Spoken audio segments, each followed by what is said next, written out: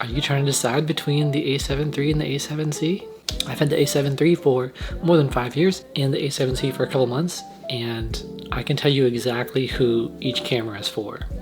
Stay tuned. So the A7 III has been around since April of 2018. Now I got it around January 2019, 8 to 9 months later, and it was still one of the most popular cameras on the internet because it had so many features in a full frame camera at such a good price point and just like everything you ever wanted in a camera basically at that time. Fast forward to today, more than 5 years later, and it's still extremely popular. This is just like one of those cameras that's just known as being really solid, really reliable, really good for photo, video, everything.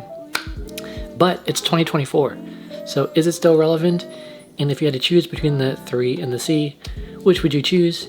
Well, it actually depends. So the A7C is for a very specific type person shooting a very specific type of content, and the A7 III is a completely different area. The good news is I'm going to tell you what each of those areas is based on personal experience. I'll also share which one was right for me at the end of this. All right, let's get into it. So I'm going to list 3 things, and if any of these 3 criteria are things that are really important to you, then the A7C is the better camera for you. Then I'm going to list 3 things, and if those 3 are really important to you, then you should go with the A7 III or comparable camera. Number 1 for the A7C, if you vlog a lot or the majority of your content is facing you, right? So sit down videos like this, if you're doing selfie stuff, or you just want a flip screen and it's like non-negotiable, hands down, this camera is better for all of those things, right?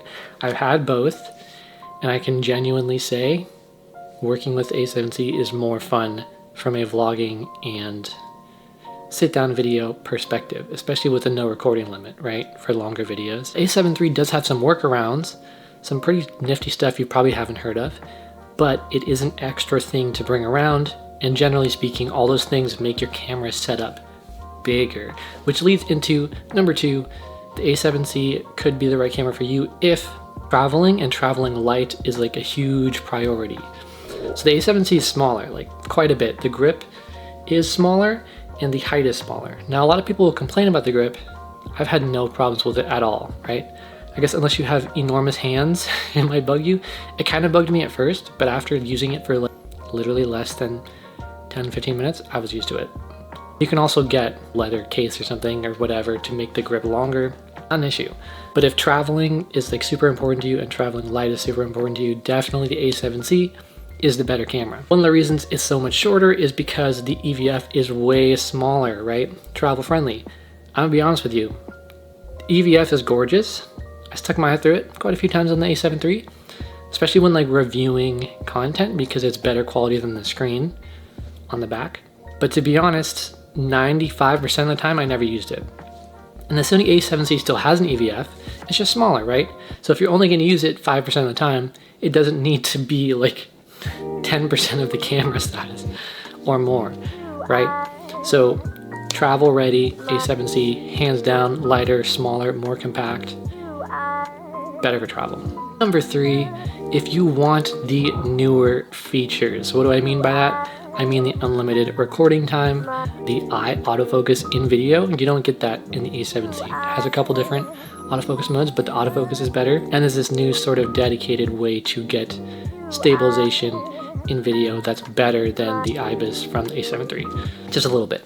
If like new is important to you, then also this one could be better, or any of those features that I mentioned. All right, so what would make the A7 III the right camera for you? Number 1, you primarily shoot other people or other subjects besides yourself, right? So if you have the camera pointed towards you most of the time, or you're doing a sit-down shot, you want to see the frame, A7C all the way. But if you're pointing the camera at other things, right, you do wedding, photo, video, things like that. If it's pointing at other people, then yeah, you're gonna want the A7 III because it is better for that. It has more custom dials. It has like a bigger body so it looks more professional, and that can be important for paid gigs. So if you don't point the camera a lot at yourself and is primarily towards other people or other subjects, then A7 III is better. Number 2, you shoot professionally often. So the biggest selling point here is the fact that the A7 III has dual card slots. So what that means is you have 2 SD cards in there. If one of them fails, it's corrupt, you lose some of the stuff. It has a backup on the other one. So if you shoot a wedding, they pay you thousands of dollars or whatever, and one card gets destroyed or gets corrupt for some reason, you're not totally screwed. So more professional work, and like I said, it looks more professional because it's a little bigger. Kind of on the same theme here, if you can't tell. Number 3, you want a bigger build with a bigger grip, something that you can add stuff onto, right? Sort of have like a big bulky setup, which can like be good for appearances, right? So if you want something like that, you want to do a bunch of add-ons, A7 III definitely could be the way to go. So if travel friendliness isn't a huge concern for you, and like you're not that much of a minimalist, and you want a camera that just everyone knows and has heard of, A7 III definitely going to be the way to go. So those are the 2 main things I would consider between these 2 cameras, right? A7C, travel friendly, pointed towards yourself most of the time, and some newer features, longer video recording. And I've also heard in other videos that it's just the better video camera, whereas the A7 III is definitely better for photos. And most of the time you're not taking photos of yourself, so that would make sense, right? Things pointed away, generally better on the A7 III. And then the A7 III is better if you want something that maybe more people have heard of, looks bigger, looks a little bit more professional, has the redundancy of the 2 card slots, and is primarily pointed towards other people. Don't complicate it, guys. It's not like this huge, complicated thing. The reality is these are both really great cameras. So if you're doing vlogging, YouTube stuff, definitely just go with A7C, save yourself some trouble. Even if you do like 25% professional work, 30 to 40%, A7C still a better option in my opinion. Now if you're doing like 90 to 100% professional work, unless you need the recording time, I would say A7 III is better for that. The links to both of these are in the description with like good used sale prices on Amazon, so go ahead and check those out. And remember, it's not complicated, just choose the one based on the criteria that fits you and what you want to do with it. And like be realistic, right? Don't say like, oh, maybe one day I'll do this. Do more like what you actually would do. Alright guys, I really hope that helped you to make the right decision if you're stuck between these 2, specifically in the year 2024 or later. For me, if you didn't catch it, the A7C is the one that I shoot with the most because it is just way better for this YouTube stuff. So, hope you enjoyed the video.